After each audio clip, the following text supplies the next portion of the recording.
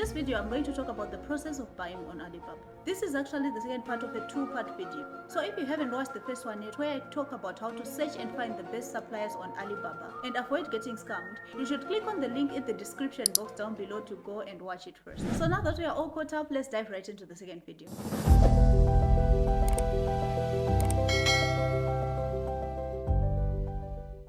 So now that we are at the point where you have already searched for and identified the best supplier for you, the next thing that you are going to want to do is to confirm the price.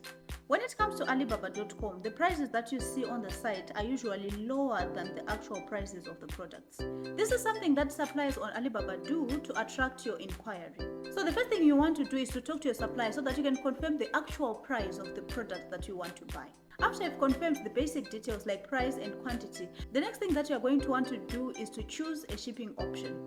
So when it comes to shipping your products from China to wherever you might be in the world, there are two main options that you can choose from. The first one is by using a freight forwarder, and the second one is to pay a shipping fee to your supplier and they can arrange the shipping for you. Now, if you choose to use your own freight forwarder, the company that you are buying from will have to arrange the shipping of your goods from the factory to the port. So this is something that you need to discuss with your supplier beforehand so that you can weigh your options and confirm the shipping prices. And if you want to know more about arranging your own shipping and freight forwarders, there is a video that I linked in the description box below. You can go and check it out for more information on how to arrange your own shipping. So now that you have confirmed the cost for the products and you have also confirmed the shipping costs, the next thing that you are going to want to do is to choose a payment option. So if you choose to pay directly in the Alibaba app, then you must fill out the trade assurance form that we discussed about in the last video in order to ensure that the product quality is up to standard. You can also use PayPal or you can use wire transfer if you are 100% sure that your supplier is trustworthy. So now that you have everything in place, the next thing that you are going to want to do is to place your order. Your supplier will create and send you an invoice and you must pay a deposit in order for the production of your products to start. Just make sure that the deposit you pay is no more than 30% of the product cost and you pay the remaining balance after you've conducted quality checks and you are sure that your products are up to standard. When the production of the goods is done, before you pay the balance and get your goods shipped to you, you must do a quality check.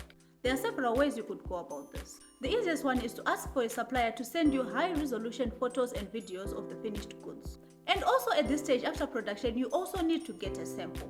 You could ask your supplier to send you a sample of the finished product, or you could ask them for high-resolution photos and videos of the products.